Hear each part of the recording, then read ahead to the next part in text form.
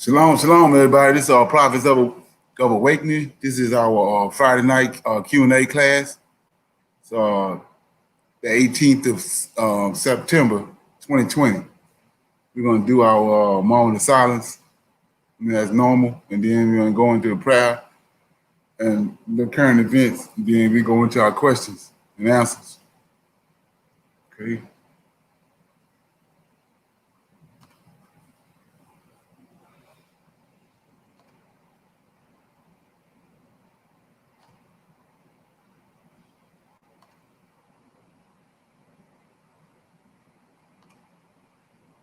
Okay. O Lord, righteousness and uprightness belongeth unto thee. Therefore, we come before thee at the beginning of this Sabbath, seeking thy face, looking for righteousness and uprightness, that we may walk before thee as thy servants David, Solomon, Samuel, and Hezekiah did, that we may walk before thee in truth and in righteousness and in rightness of heart. Give unto us, O Lord, an understanding heart, that we may discern between good and bad. For you possess the power to turn us, O Lord. For we desire to walk after thee, O Lord, and keep your commandments, your testimony, the statutes with all our heart and soul, to perform the words of the covenant that were written down by the prophets. O Lord, allow thy face to shine upon thy people. Hear our plea. Hear and do, O Lord. Hide not thy face from us. We need you so very much at this hour. Peace be unto you. Okay, anybody got any current events?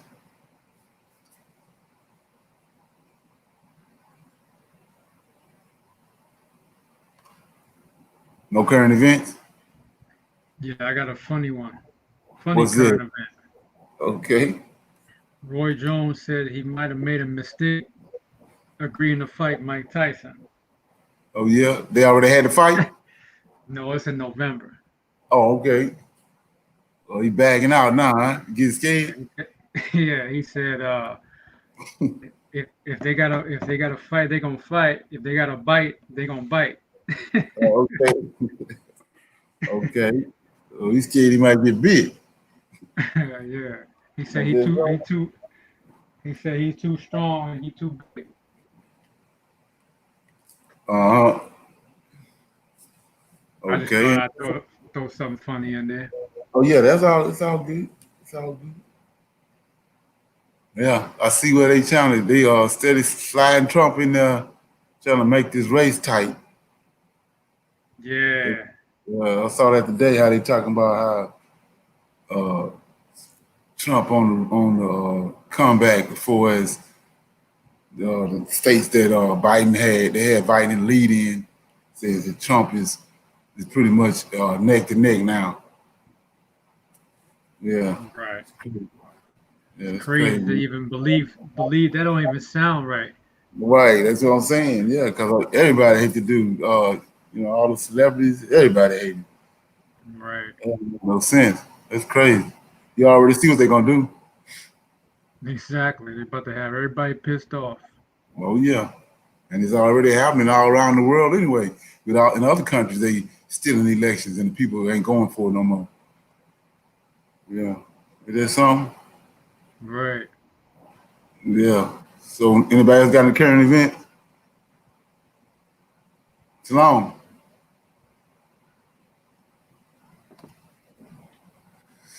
Anybody else got any current events?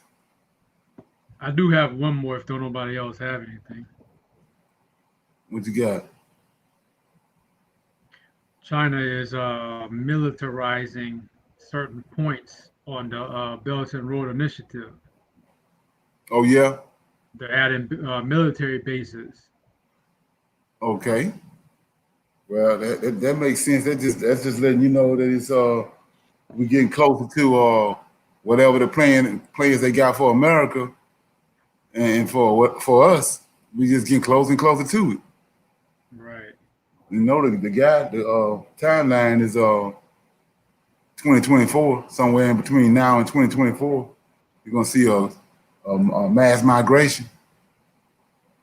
Yeah, I think it says it's either 4 or 5 different point, bases or something like that along, because it's a long road, and Right, so I right, think it's like 4 or 5 of them. right. This what that remind me of is Hadrian Wall. He had to set up the same way.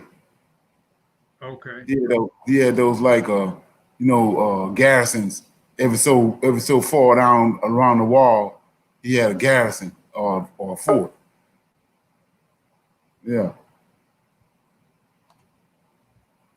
Shalom. Shalom.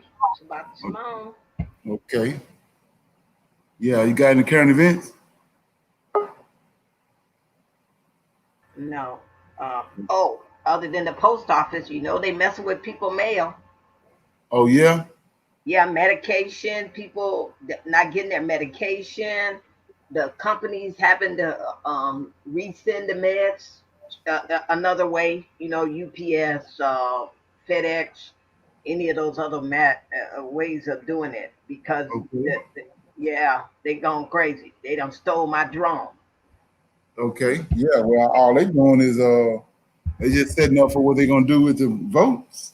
And Oh, well, yep, mailing you got a ballots. point. That's all they doing. It's Yeah. coming. Yeah. I agree with that, Zaire, because if for the last month, everything that gets mailed to me, or if I order something, it ends up at the post office and I have to go pick it up. So I don't know what that's about. Oh my goodness, there was a lady in line in front of me. She said that they called her up on the phone and told her to come get her mail. But then when she got there, don't nobody know who gave this lady this call. And they can't find her mail.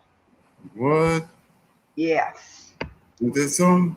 Yeah, and she had a third party with her to let them know, look, they called her on the phone. We were Uh-huh. engaged in a conversation with somebody from the post office. So here we are, because they told her to come get it. Right. So, yep, it's a mess. I see. Okay. Anybody else got any current events? Okay, so what we're gonna do now is just go into to the Q&A. Anybody got any questions? A question they want to pose, and then we'll address it.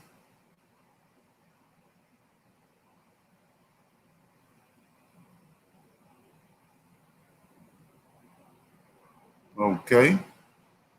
Okay, I have one, Leonard. So, Okay. this is. Can you hear Yeah, I can me? hear you. I can hear you. So this is dealing with Daniel 12 and 11, and I know you've gone over it before, but I had someone that I was talking to today, and they brought this particular scripture out in reference to the 2,290 days mentioned in Daniel 12 and 11. Can you Right. expound on that? I told him I would have. I talked about the temple and the destruction and the abomination of desolation, and that's what he was referring to, is the abomination of desolation, and he's saying that time period is something else. So can you expound on that particular date? Yeah, you said that it haven't came yet. Correct. Okay. Yeah. So, all right. It's I'm in Daniel chapter 12. Yeah, it's kind of crazy how what they did with all this. But let me look at it. It says, let me get Daniel chapter 12.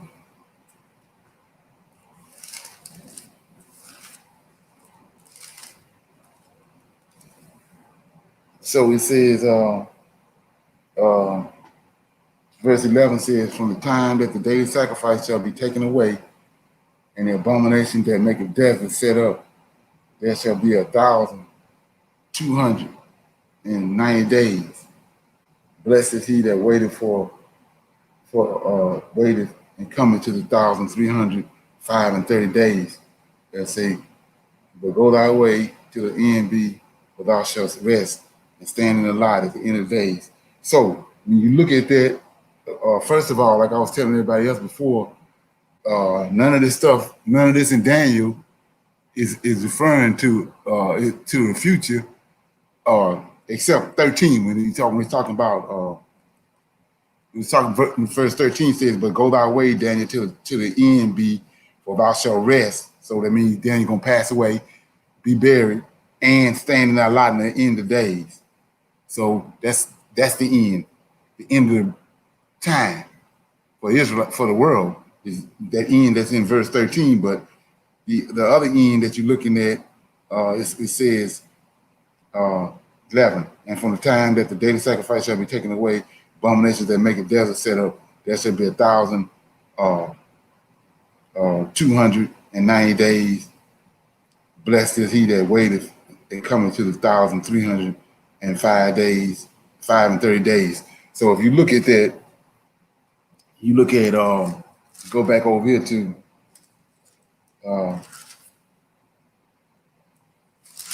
you find it. Chapter 11, and I discussed this with a few people because I can't really discuss it with everybody because a lot of people don't know about it. But nobody, I mean, when I was in the church, when I was coming up in the church and all that, I never seen nobody deal with chapter 11. And the people that deal with chapter 11, they tie it to the Antichrist and all that, but it's not the Antichrist. If you go to chapter 8, and it says, chapter 8 is the ram and the he-goat, right? And so chapter 8 says in verse, starting at verse, this the end I'm talking about right here. There's two different ends going on. It says 18. Now as he was speaking with me, I was in a deep sleep. Daniel 8 and verse 18. Now as he was speaking with me, it's Gabriel talking to Daniel. I was in a deep sleep on my face toward the ground, but he touched me and set me upright. And he said, "Behold, I will make thee know what shall be in the last end." See that? That end right there is not the end of the world. It's not the same end that he talking about when Daniel gonna stand up in his lot. When Daniel stand up in his lot is the end of the world, end of all the prophecies. But this end right here in 19, he said, "Behold, I will make thee know the end." I know that what shall be in the last end of indignation, for the time appointed, the end shall be. So the end of indignation, the time appointed, and shall be is the end of Israel as a nation. So in the Antichrist, whoever the Antichrist is going to end Israel as a nation. And Most High indignation is at a full with Israel because of all the captivities that they went in. They went in because they was worshiping other gods in his face. So 20 says, "The ram which thou sawest having two horns are the kings of the Medes and Persians." So that's the second beast.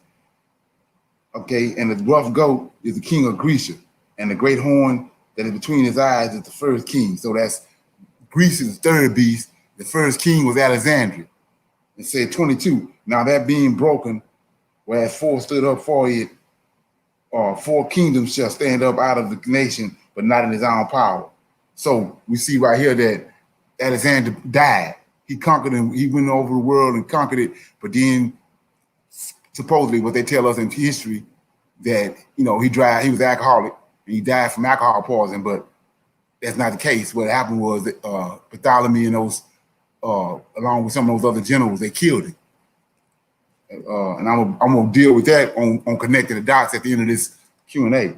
But they killed him. But anyway, so when you see right here, I read that to show you that chapter 11 is talking about the same thing, but it's expounding on it. But everybody don't know that. It says, now first chapter Daniel 8 and 22. "Now that being broken, where 4 stood up for it, 4 kingdoms shall stand up out of the nation, but not his own." So the Greek kingdom, after those 4 generals received their portion, it's the Greek kingdom, but it's divided into 4 different parts.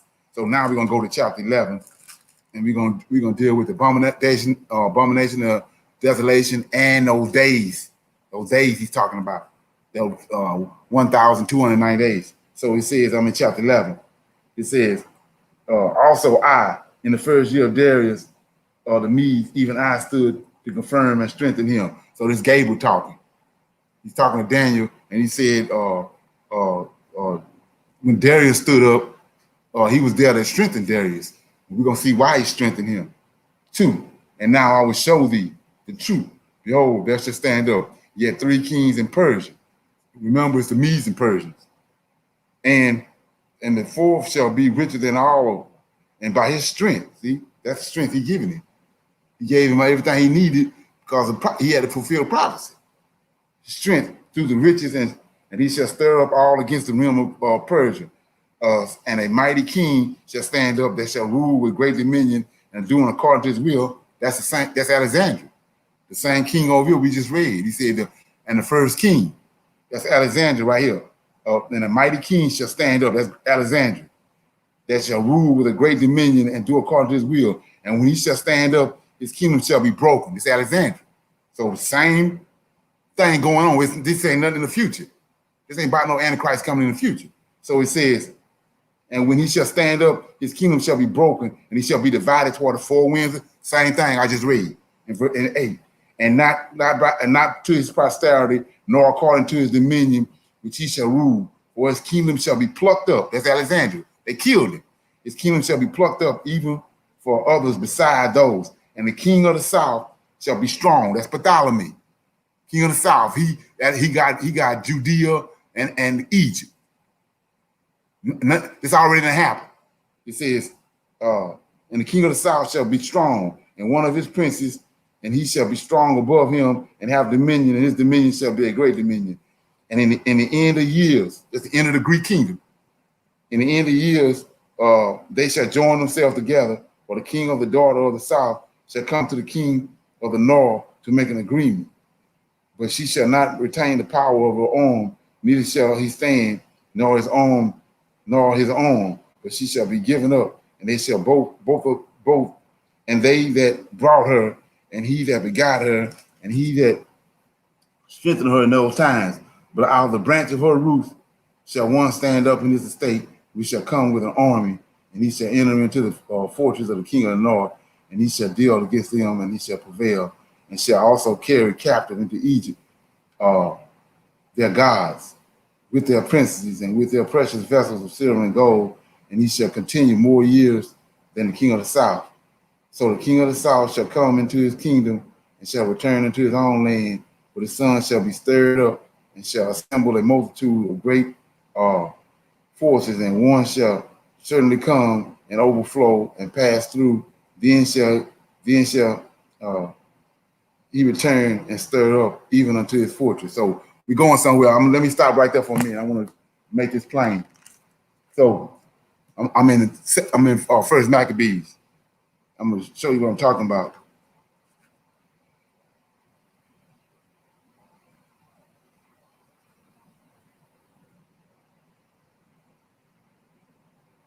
So I'm in First Maccabees, and what I'm reading in chapter 11, and Daniel is right here. It says, and it came to pass after Alexander, this the king that I read in chapter 8 of Daniel, Alexander of Macedon, son of Philip, who came from the land of Chechen, had utterly defeated Darius, the king of the Medes and Persians, and he reigned in his stead, and he had before reigned over Greece, and he waged many wars, captured fortresses, slaughtered kings of the earth, and he made his way to the end of the earth and despoiled a multitude. The whole earth was silent before him, and he became exalted, and his heart was uplifted. He mustered a very mighty army and ruled over lands and rulers of heathens, and they paid him tribute. Afterwards, he fell sick and knew that he was going to die. So he called his distinguished servants, these 4 generals who had been brought up with him, and divided his kingdom among them while he was still alive. And Alexander reigned 12 years, and he died. Now, this is the part I want to show you. I want to connect the dots. So what I'm going to read now is what I'm reading over here in Daniel chapter 11, but Daniel chapter 11 expounding on it. So, and you have to understand what these wicked Edomites have done. But anyway, he says, so Alexander died, and he reigned 12 years when he died. Now, this is the part, and his servants succeeded him. This is what I'm reading in Daniel 11. It has nothing but to do with the future. You can't connect Daniel with Revelations. That's a farce. So he says, His servants seated him, each in his own dominion after his death. They all put on crowns. That's what I'm reading. That's what I'm reading in Daniel chapter 11. They all put on crowns, as did their sons after them for many years. And they did much evil on the earth. And there sprang forth from them a sinful shoot named Antiochus Epiphanes. So that's what I'm reading right here. I just spread that phrase, those couple of verses I just read is what Daniel was talking about in chapter 11, but they cyborging. So I'm going back over here where I was at. So 9 says, so the king of the south came into his kingdom and shall return in his own land, but his sons shall be stirred up and shall assemble a multitude of great forces, and one shall certainly come and overflow and pass through. Then shall he return and be stirred up even to his fortress. So this being prophesied by Gabriel to Daniel, and it already came to pass. Saying the king of the south shall be moved with clover, and shall come forth and fight with him, even with the king of the north, and he shall set forth a great multitude, but the multitude shall be given into his hands. And when he hath taken away the multitude, his heart shall be lifted up. He shall cast down many tens of thousands, but he shall not be strengthened by it. For the king of the north shall return and shall set forth a multitude greater than the former, and shall certainly come after certain years with great army and with much riches. And in those times, remember what the time and the half time. Keep that in mind. So it says, and in those times there shall many stand up against the king of the south. Also the robbers of our people shall exalt themselves, establish the vision, but they shall fall. So the king of the north shall come and cast up a mount and take the most fenced cities, and the arms of the south shall not withstand neither his chosen people, neither shall they be any neither shall there be any strength to withstand. But he that cometh against him shall do according to his own will, and none shall stand before him, and he shall stand in the glorious land, which by his hand shall be consumed. That's the glorious land is Israel. He shall also set his face into enter in the strength of his whole kingdom, and upright ones with him. Thus shall he do, and he shall give him the daughter of women. That's Israel, corrupted her, but she shall not stand on his side, neither be for him. After this shall he turn to his face unto the isles, and shall take many, but a prince for his own behalf shall cause the reproach of an offer by him to cease. Without his own reproach, he shall cause it to turn upon him. Then shall he turn his face toward the fort of his own land, but he shall stumble and fall and not be found. Then shall stand up in his estate a raiser of taxes in the glory of the kingdoms, but within a few days he shall be destroyed, neither in anger nor in battle. And in his estate shall stand up a vile one. This Antiochus Epiphanes, what I was just reading over there. This Antiochus Epiphanes, and in his state shall stand up a vile person, to whom they shall not give honor to the kingdom, but he shall come in peaceably and obtain the kingdom by flattery. So Antiochus Epiphanes was in Rome, and he was hostage in Rome, and so then he was released, and then he came and he attained the kingdom by flattery. It says, and with an arm of a flood shall they be overthrown from before him, and shall be broken. Yea, also the prince of the covenant. That's the king of Israel. And after the league made with him, he shall work deceitfully, and he shall come up and shall become strong with a small people.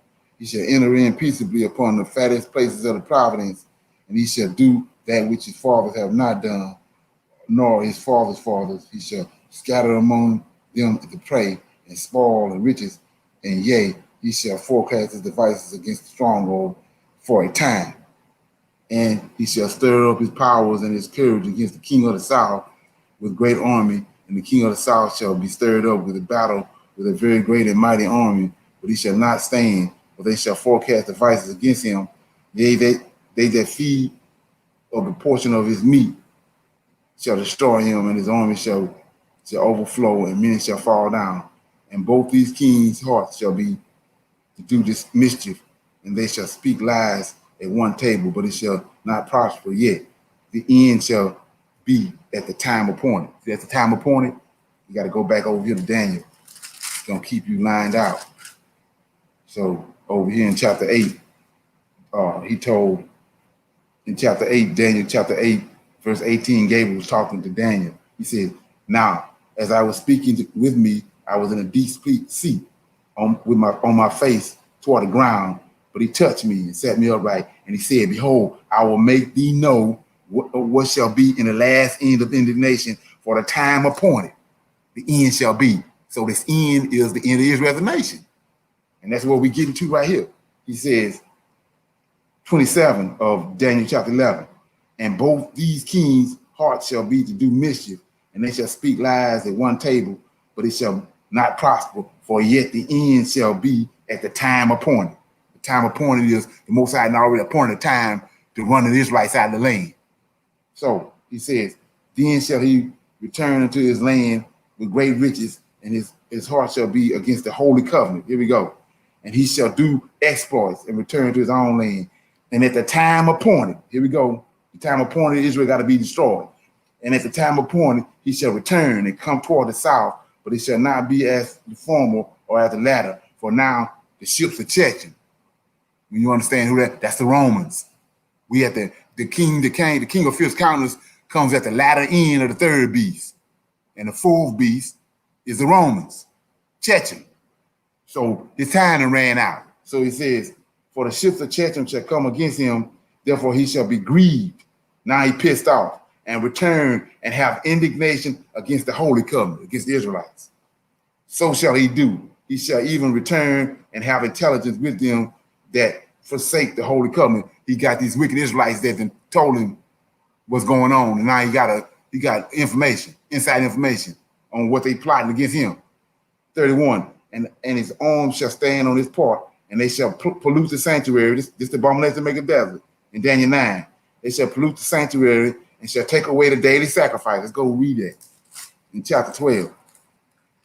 We're going somewhere. So he says, Daniel chapter 12 and 11, and from the time that the daily sacrifice shall be taken away, there it is, and the abomination that make a desert set up. So it's a time period in between that. In between when the abominations, when the oblations are stopped, and then they set up this abomination. So it's a time in between those two events. So you go back. He says, let me get it. It says, let me see where I was at. All right, 30. For the ships of Chechem shall come against him, therefore he shall be grieved and return and have indignation against the holy covenant. So shall he do. He shall even return, having intelligence with them that forsake the holy covenant, and arms shall stand on his part, and they shall pollute the sanctuary of the strength, and shall take away the daily sacrifice, and they shall place an abomination that make a desert.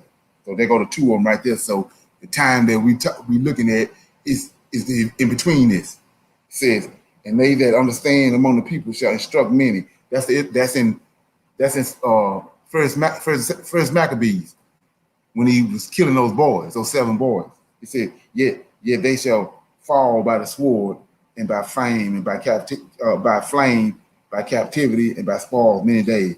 Now when they shall fall, they shall be hoping with a little, but many shall cleave to them with flatteries, and some of them some of them of understanding shall fall, to try and to purge and to make them white, even to the time of the end, because it is yet for a time appointed. So let me read that again.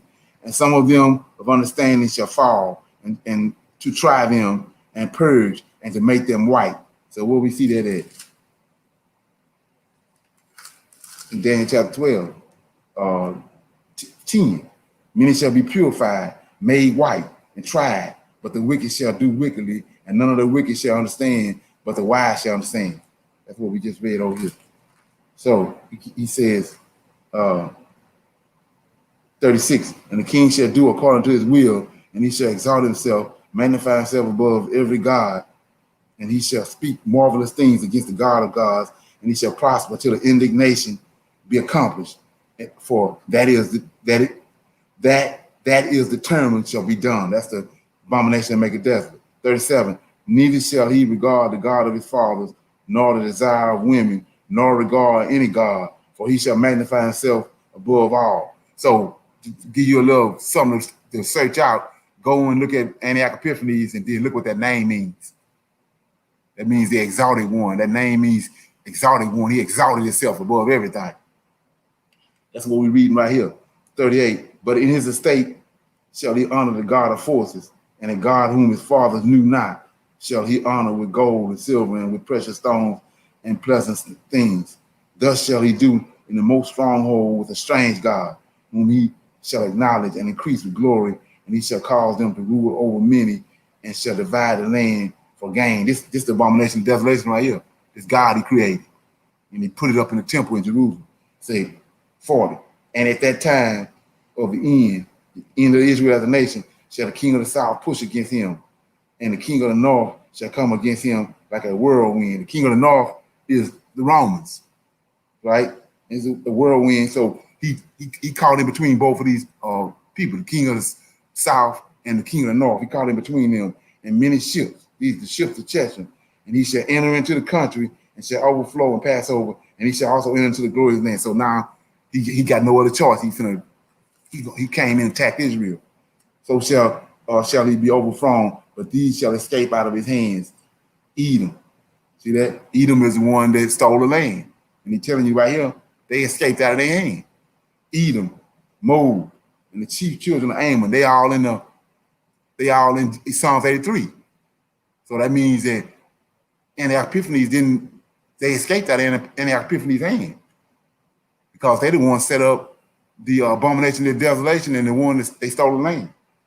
And he shall stretch forth his hands also upon the countries, and the land of Egypt also shall not escape. But he shall have power over the treasures of gold and over silver and over precious things of Egypt. And the Libyans and the Ethiopians shall be at his feet, at his steps.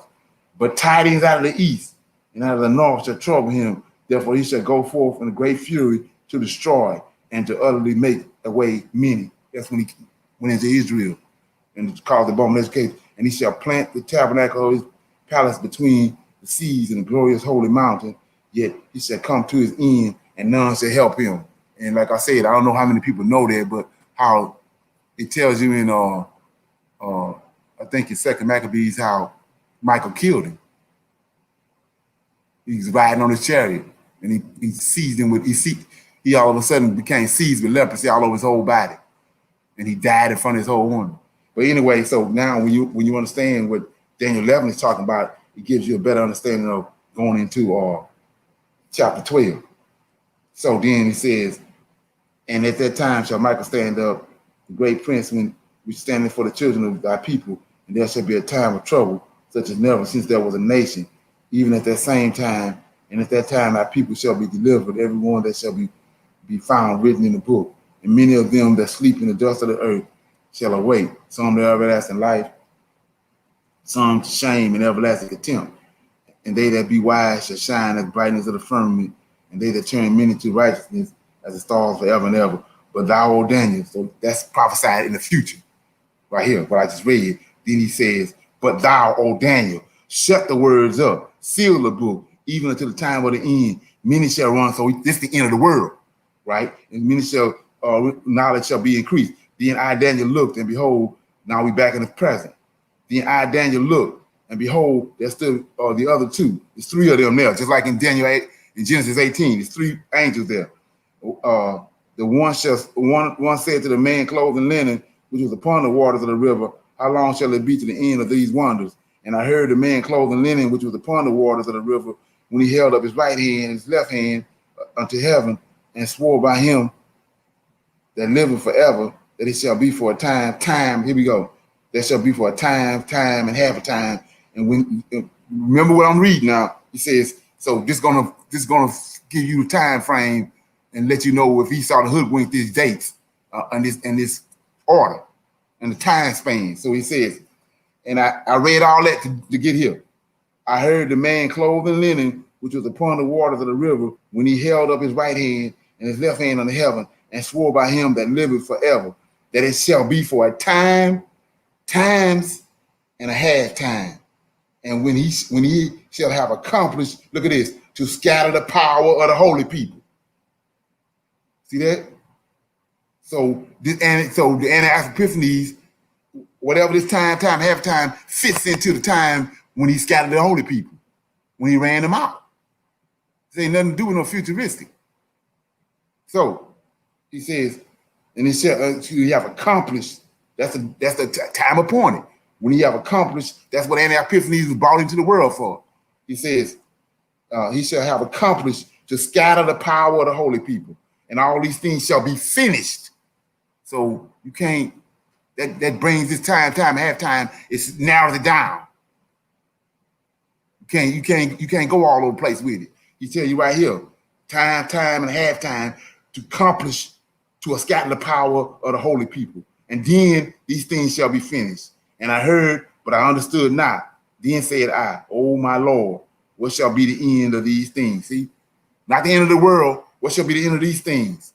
And all these things right here is going to come about before the people get scattered, before Israel gets scattered, which is before 143 BC. He said, go thy way. Look at this. This is going to explain the two ends I'm talking about. And he said, go thy way, Daniel, for the words are closed up and sealed to the time of the end of the world. Many shall be purified, made white, tried, but the wicked shall do wickedly, and none of the wicked shall understand, but the wise shall understand. Then we're going to be back where we started. So now my point is this. If you look at there shall be 1,290 days, right? This is something for you to search out yourself or ponder on it, whatever. So if you add a year, in the Israel calendar, it's 360 years, 360 days. 360 days times 3. That's you got to go 3 times because it says times, and a half time. So you got time, that's 1 year, times time, that's two more years. That's 3 years and a half a year. So 360 times 3 gonna give you I think it's let me tally it up. I had it up, I left the paper up there, but it's 100 and let me see, 180. 1080. Did you say 360? 80. 360 times 3. What is it? 1080. 1080. Now add 180 to it.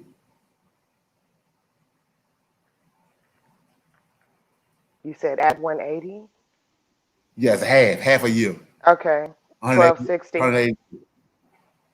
Okay, and then you add so it's a time period when you read 11, and from the time that the daily sacrifice shall be taken away and the abomination that made death is set up, there shall be 1,290 days. So that's the time period in between when the abomination happened, and then they set up the abomination and make it desolate.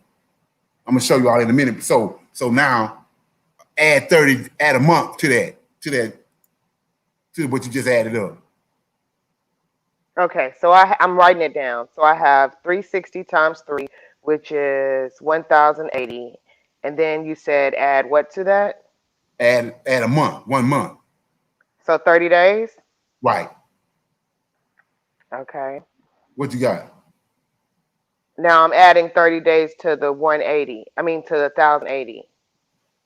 That's going to be 1,110. But I thought you told me to do something else. No, you got. I'm missing something, I think. You got 360 times 3. Yes, and that's 1,080. Then you added what to it? That's what I'm asking you because I think I missed that part. Then you I didn't write it. Then you got to add the 180, which is half a year. Okay. It's times is a year. So 3 times time and a half. That's 3.5 years.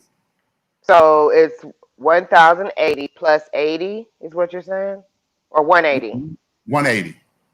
Okay. Right. What you got? 1,260. So then you add 30 to that. What you got? Okay. A month. 1,290. Yeah. There it is. Right there. Ain't that what they say? Yes. Not now. The half. See, they got you thinking it's days, it's years and all that, but it ain't. Add 15 to it, which is half of a month. What you got? To that right there? Yeah. Okay, that's going to be 1,275. Oh wait, to the 90, to the Right. 1290. I'm sorry, Leonard. Okay, 1290 plus the 15, Right. so 1,305. Okay. And then so look at the next one. Blessed is he that waited and coming to the 3,305 and 35 days. Hey, okay. So that's why reason I'm showing you that to go back and show you this.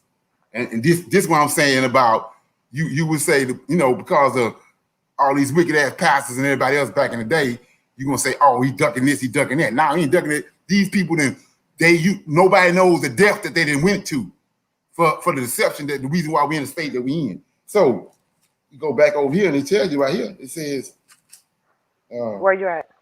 let me find it right quick.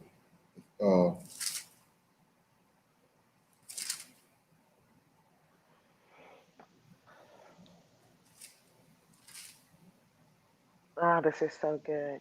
So Daniel chapter 8.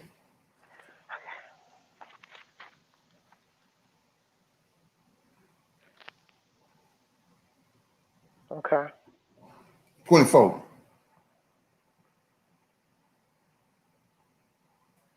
You there? What verse did you say? 8 and 24. Okay. Say, and his power shall, I'm gonna start at 23. And at the latter time of their kingdom, that's at the end of the Greek kingdom.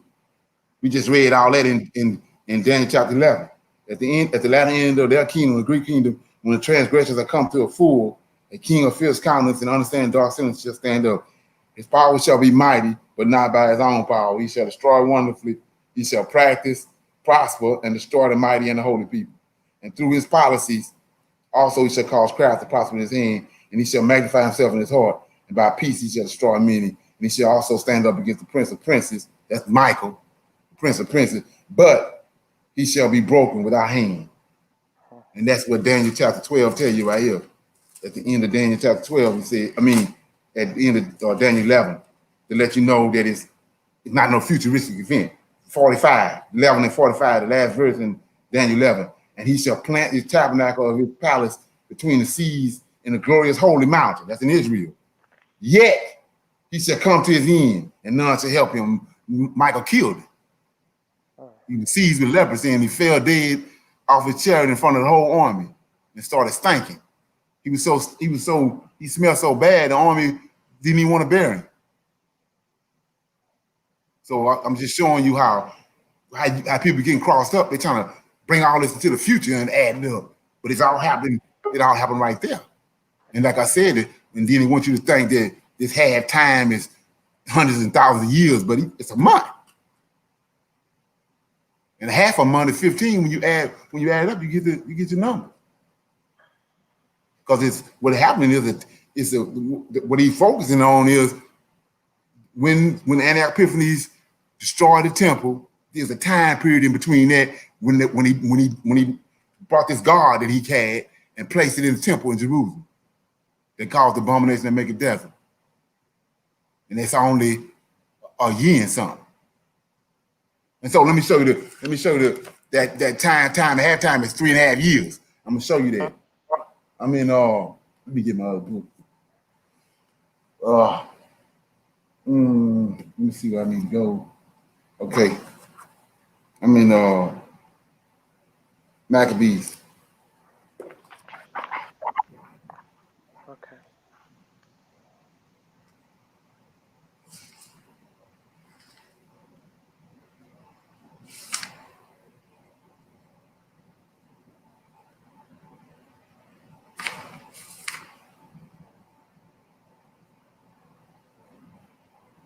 Yeah, Maccabees. I might be in a different book than y'all got, but it says it's in chapter 1 of First Maccabees, and I'm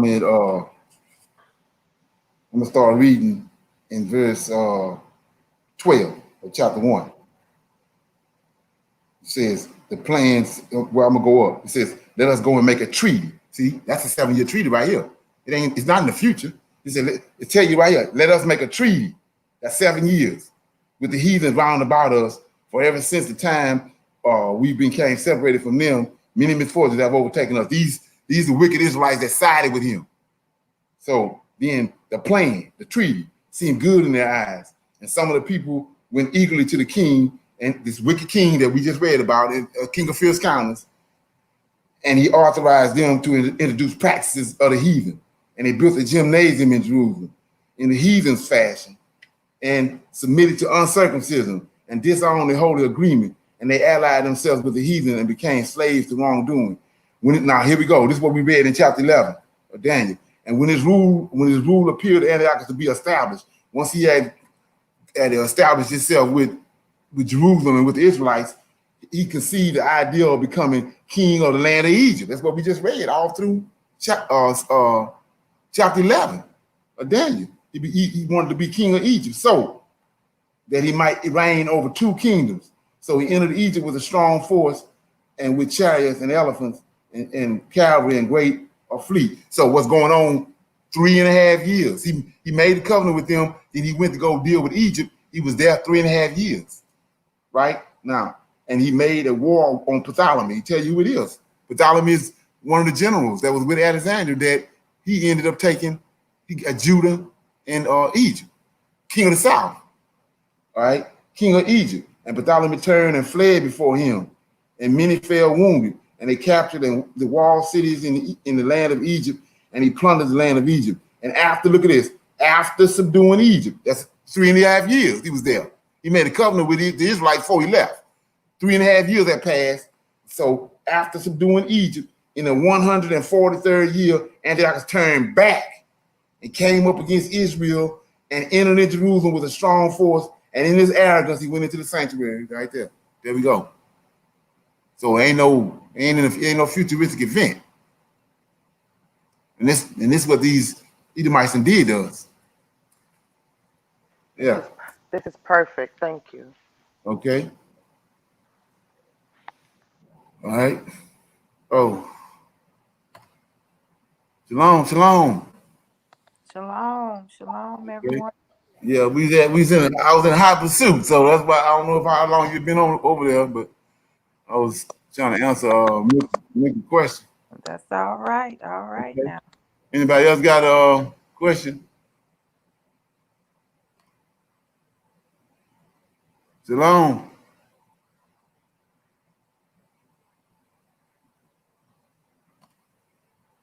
Shalom. Okay. Anybody else got a question?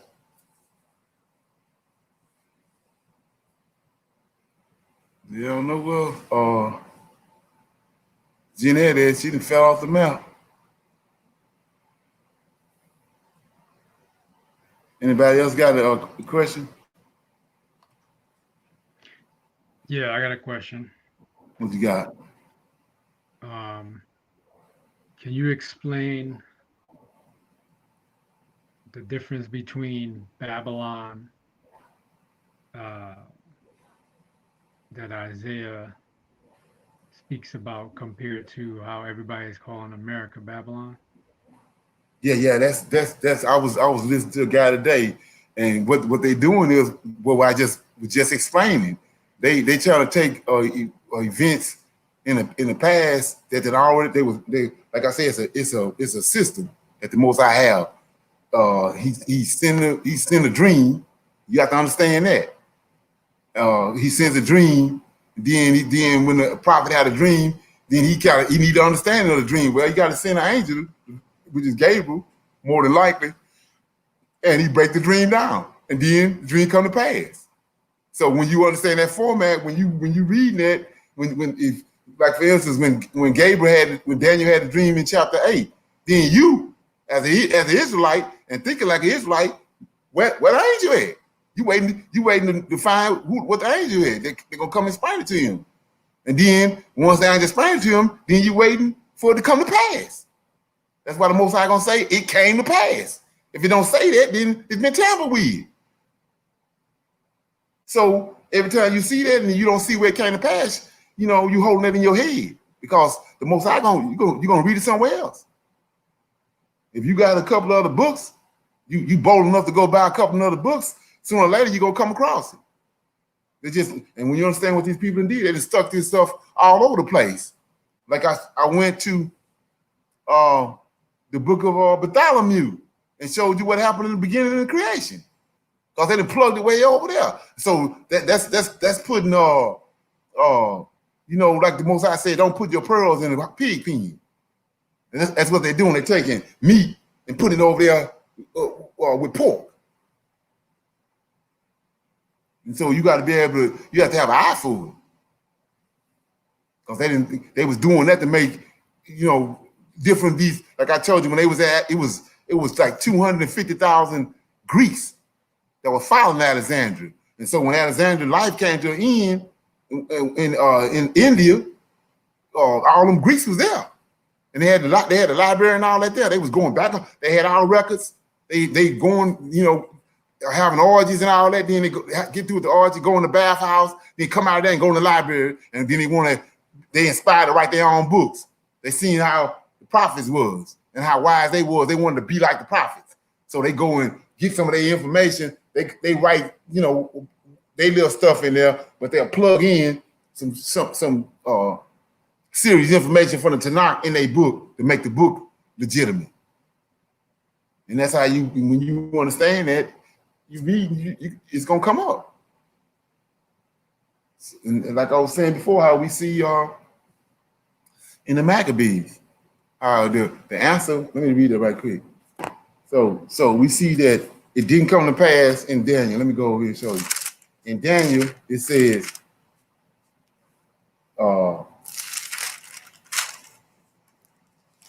and you gotta understand that this how Esau got over on us. But Daniel, like I was saying, Daniel in chapter 8, Daniel says Daniel's vision of the ram and he goes. Well, that's vision. It goes to 14, 1 through 14. Then I told you, an angel got to show up. So 15, and it came to pass when I, Daniel, had seen the vision. This is what you got to do too, and sought for the meaning. Then behold, there stood before me the appearance of a man. So an angel got to come. If he had a vision, it's just like you go run 2 miles. You when you get back home, you want some water. That's the first thing you want. You get through running. So he didn't have the dream. Now he having a vision. But where is it come to pass at? It don't come to pass in there because they ain't put it in there. They want you to think that that's the actual event. But that's 15 through 27 ain't nothing but the interpretation that Gabriel gave him. Now, then you got to wait and tarry and watch it come to pass. Well, here it is way over here. Let me read it. I read it earlier. So I'm in First Maccabees. It came to pass after Alexander of Macedon, son of Philip, who came from the land of Checham, had utterly defeated Darius, king of the Medes and Persia. It came to pass. So they stuck way over here. Then all they gave you was the dream and interpretation, but it didn't come to pass. And so, like I said, that's huge. Because so you have to understand that what these folks have done is major. It ain't something. It ain't minor like no slap on the wrist. They put a big old hole in your head when they do that. And it's like the Most High said in Isaiah 44, 1 through 5, he gonna come back in the latter days and help us. Can't nobody else help us. And so, just like he got time appointed and he had prophets to come forth, he's doing the same thing now. Now that he came back, he got people he raising up to do that. Like I was saying before, I ain't know nothing about no David, Lord of hosts, none of that. You know what I'm saying? This was my route. Yeah, that makes sense. Most I had something else playing. This wasn't, it all came together after everything started happening because of my stuff that happened in my childhood, and my countenance. I knew it all came together then, but before that I didn't know. You know what I'm saying? I ain't know nothing about none of this. Like Michael, when he told Aaron and Miriam to come out in front of him. He said, the prophets I deal with through all the men up to this point, I done dealt with them through dreams and visions. Well, we just see how that worked. He sent a dream to the person, whether it's a wicked ass man or not. He sent a dream to Nebuchadnezzar. He sent one to Cyrus.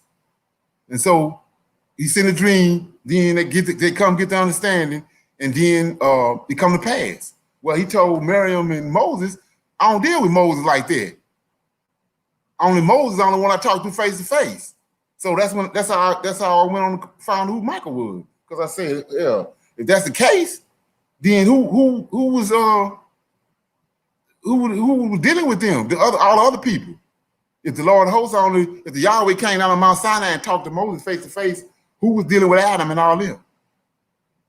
So I prayed about the answer, and like I said, I was in New Orleans. This when it happened, and with Katrina, and then boom, there it is. So that's how that worked. That's how that worked. I mean, like I was saying, I ain't know nothing about none of that. Yeah. Somebody got some more questions. Let me see what they talking about. It says, I have a question. Where are the forefathers' sepulchres at today? They did not leave Joseph in Egypt. Did Esau still? No. They if you go, let me see what that was. I was dealing with. If you go to like Google and type in sepulchres and then go to images, then they're gonna start showing you all these sepulchres. But like I was telling you before, these Edomites stole the land of Israel. Because if you understand what I was talking to you about the other day with Nehemiah, his whole concern was going back to the land of Israel because he was concerned that his forefathers, the patriarchs and all them graves wasn't being attended to, maintained. So when they stole the land, they got the graves and all that. They hoarding the graves, saying that's their descendants, but they ain't none of their descendants. The people that's in the graves and the people that's over there now ain't the same people.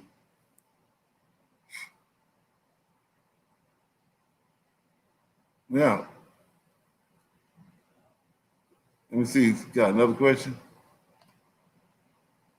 It said, also, did the children of Solomon from all the strange wives become part of the tribe of Judah? Yeah, I was thinking about that the other night. I said that what people not understanding about that is when you look at all the wives that Solomon had, Solomon's seed, he got seeds all over the place that came from him right to the day. But when you understand how the Most High worked, he only going through a certain seed. He only going through a certain route, seed line. It's the same thing in here. Let me read it. Let me give you an example, a precept. In Genesis. Genesis chapter 5, verse 6. It says, and Seth lived 105 years and begot Enos. So Enos is called. That's why he say called. It's a bunch of sons, but Enoch is called. So it says, and Seth lived after he begot Enos 800 years, and he begot sons and daughters. So he had other sons and daughters, but Enos was called. Same thing with Solomon and David and them. David had that. David got a bunch of sons, grandsons, and great grandsons, but only one of them being called. It's a lineage you got to follow. So he got descendants on earth right now, but they ain't called. And that's also tied to Abraham, because Abraham had Isaac through Sarah, but then Sarah passed away. Then he married another woman and had more kids through the woman could cook.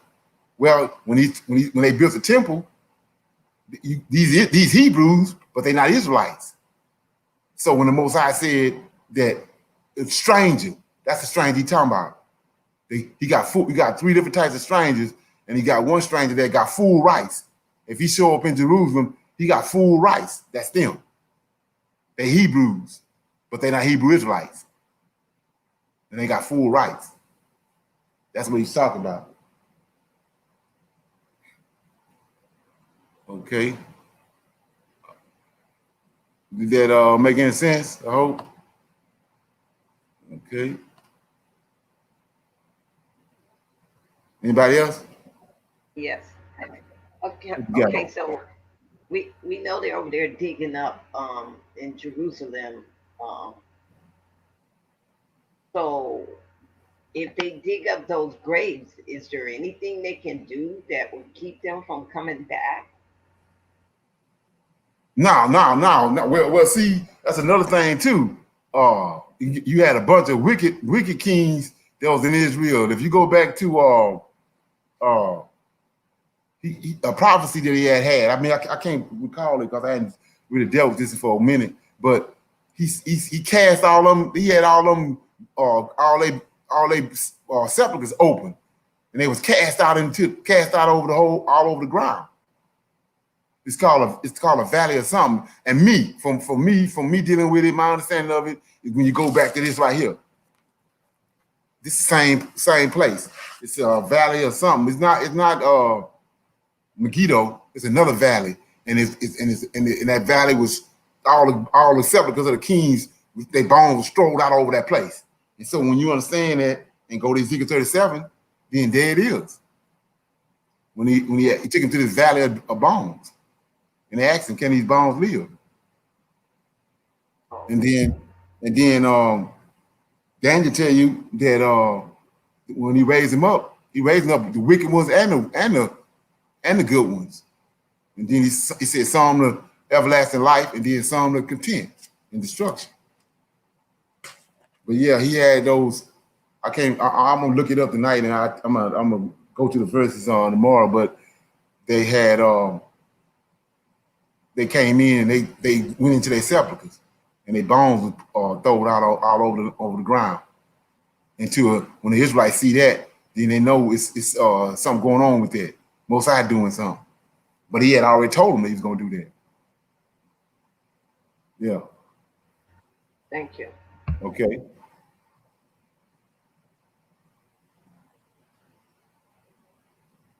Right.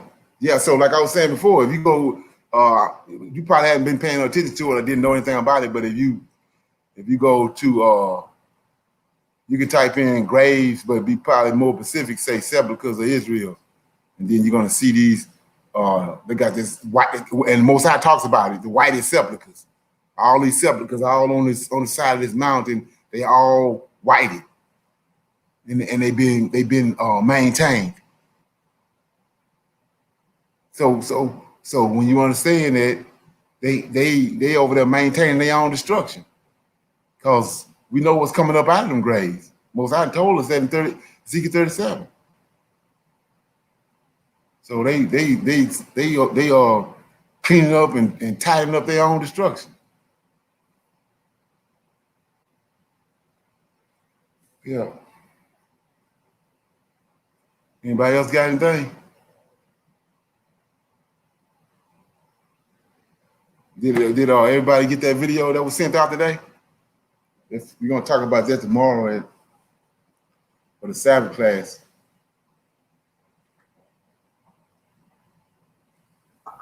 Yes, the video was sent out. Okay. It's I think it's what's the name of it? Current events, and all hell's about to break loose. I think it's like an hour and 30 minutes. Yeah, so let me read this right quick, because this is a tie it connects some dots. It's tied to what we're dealing with right now too. But so I mean this book right here. There's another book I was buying books left and right, and I got this one, and I had picked it up thinking it was the other black book, but it was this book, and I said, wow, man, it's crazy. But let me tell you what I found in it.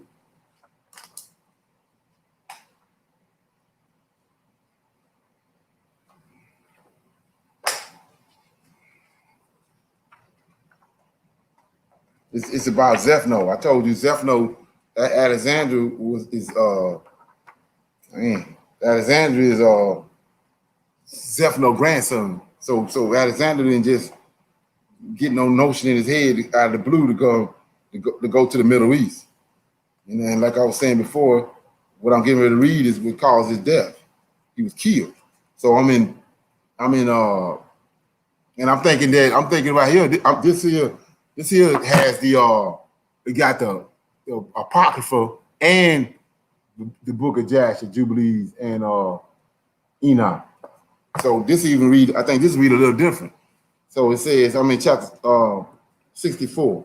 It says, and Balaam the son of Beor was at that time with Angus in battle, and when he saw that Zephano prevailed over Angus, he fled from there and came to Chechem.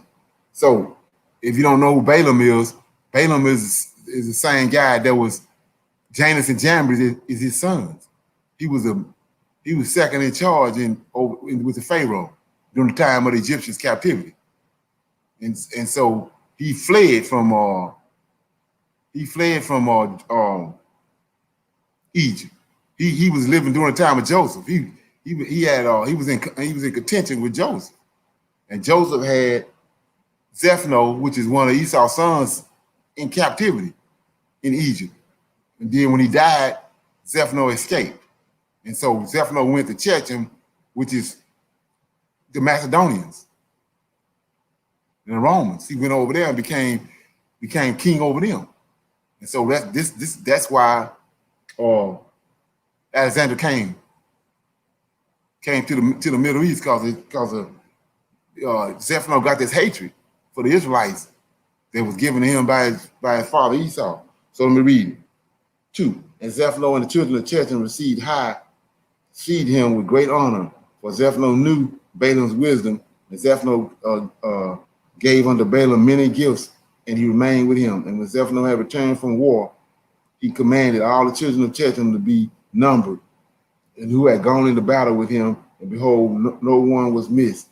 Zephano rejoiced at this thing, and he renewed his kingdom, and he made a feast to all his subjects. But Zephano remembered not the Lord, and considered not the Lord, and helped him in battle. So what he had did was he got crossed up in a bind, and he being that he's a Hebrew, he's Abraham, Isaac, and Esau. So he's a Hebrew, but he's not Hebrew Israelite. And Jacob is Abraham, Isaac, and Jacob, Israel. So he know the laws and all that. So when he got in that bind, he fell on his knees and prayed to the Lord of hosts. And the Lord of hosts came and delivered him. But as soon as he delivered him, he threw him away. So it says, and he had delivered him and his people from the hands of the king of Africa, but still walked in the ways of the children of Chechem and the wicked children of Esau, to serve other gods, which his brethren, the children of Esau, had taught him. And it is therefore said, from wickedness goes forth wickedness. And Zephano reigned over the children of Chechem securely, but knew not the Lord, who had delivered him and all his people from the hands of the king of Africa. And the troops of Africa came no more to Chechem to plunder as usual, for they knew the power of Zephano, who had smitten them all at the edge of the sword. So Angus was afraid of Zephano, the son of Eliphaz, and the children of Chechem all his days. At that time, when Zephano had returned from war, and when Zephano had seen how he prevailed over all the children of Africa and had smitten them in battle at the edge of the sword, then Zephano advised the children of Chechem to go to Egypt. See this? Remember all what I just read? King of the South and Egypt and all that. It say to go to Egypt to fight with the sons of Jacob and with the Pharaoh, king of Egypt. So watch this though. So this why Israel is in captivity in Babylon. I mean, Israel in captivity in Egypt, or the Edomites ain't in captivity, but they hate them so much they want to go over there and they want to utterly destroy Jacob because he knows prophecies on him. So he says, and Zephano considered to go fight against them in all Egypt, to avenge the cause of his brethren, the children of Esau, whom Joseph, see this, with his brethren and all of Egypt had smitten in the land of Canaan when they went to bury Jacob in Hebron. And Zephano sent messengers to Hadad, the son of Bedad, king of Edom, and all his brethren and the children of Esau, saying, did you not say that you would not fight against the king of Africa, for he is a member of your covenant. Behold, I fought with him and smote him with all his people. Now, you know, they tell us all this stuff about how Israel became, how was it at one time, Joseph and his 11 brothers, they were ruling Egypt. And all the Israelites was living in Goshen. How did they end up on the bottom of the food chain, being persecuted by the Egyptians? What we're going to see right here.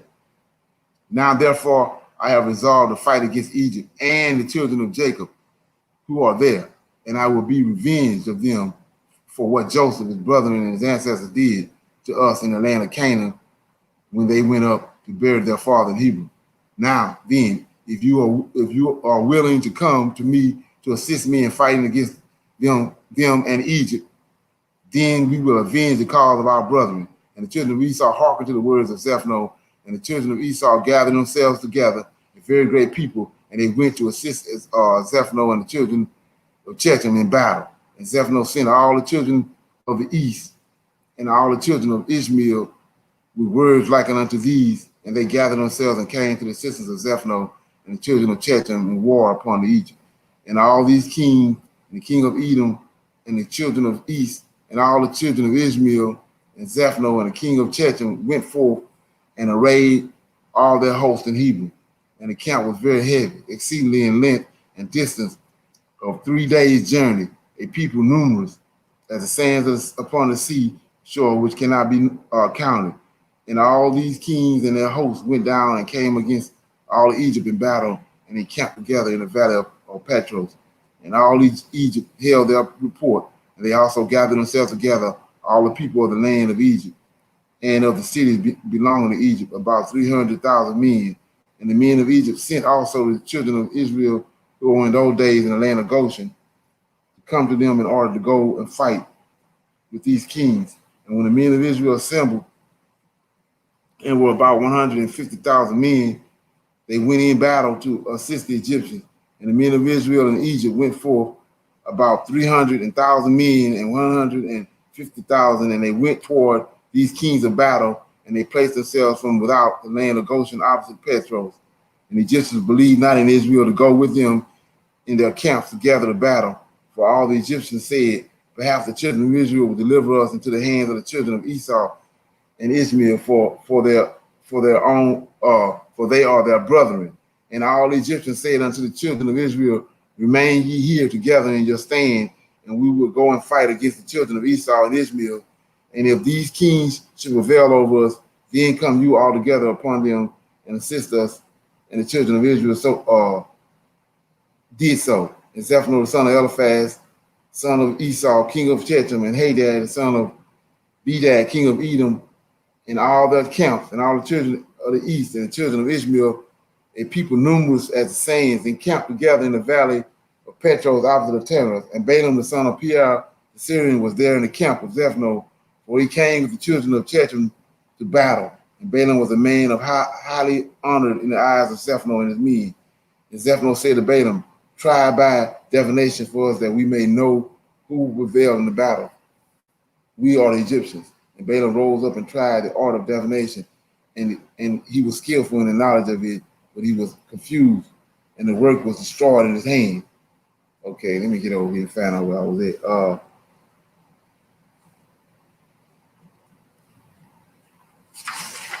Okay, here you go. It says, and it came to pass after these things that all the counselors of Pharaoh, king of Egypt, and all the elders of Egypt assembled and came before the king and bowed down to the ground, and they sat before him.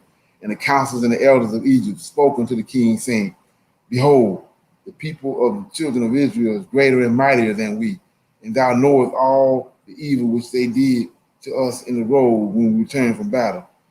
And thou hast also seen their strong power, for this power is unto them from their fathers. For but a few men stood up against a people numerous as the sands, and smote them at the edge of the sword, and themselves not one had fallen, so that if they be numerous, they would then have utterly destroyed them. Now therefore give us counsel that we do what to do with them, until we gradually destroy them from amongst us, lest they become too numerous for us to in the land. For if the children of Israel shall increase in the land, they will become an obstacle to us. And if any war shall happen to take place, they and their great strength will join our enemies against us and fight against us and destroy us from the land and go away from it. So the king answered the elders of Egypt and said unto them, this is the plan advised against Israel from which we will depart. Behold, the land of Pithom and Ramesses, cities unfortified against battle. It behooves you and us to build them and to fortify them. Now therefore go you also and act cunningly toward them and proclaim a voice in Egypt and in Goshen at the command of the king, saying, all ye men of Egypt, Goshen, Patros, and all their inhabitants, the king has commanded us to build Patros and Ramesses and to fortify them for battle. Who amongst you are of all Egypt, of the children of Israel, and all the inhabitants of the cities are willing to build with us, shall each have his wages given him daily at the king's order.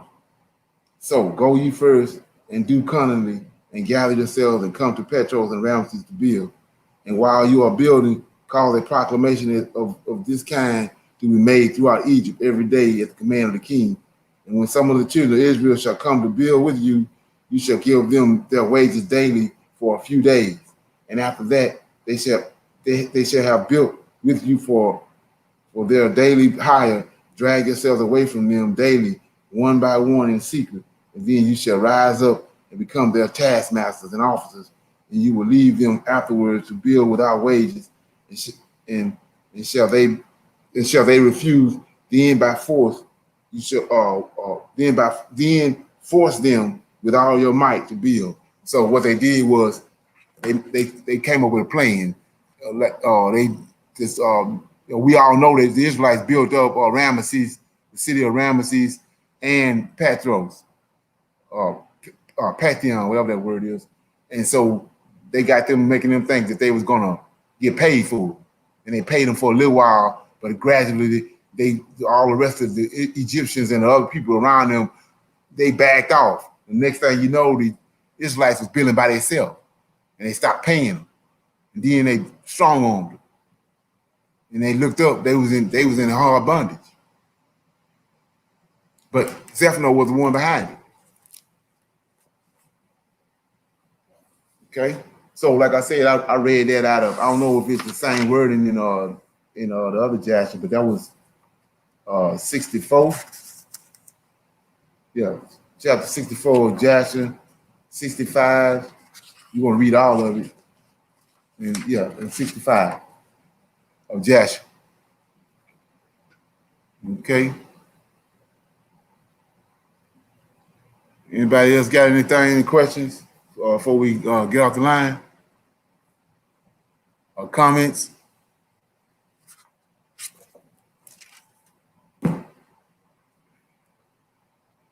Everybody good? Okay. So like I said, check that video out. It's current events and all hell about to break loose. I think it's like an hour and 30 minutes. And we're gonna break that down tomorrow during the Sabbath class. So till tomorrow, I'm gonna say shalom, shalom, and another shalom. Shalom. Shalom.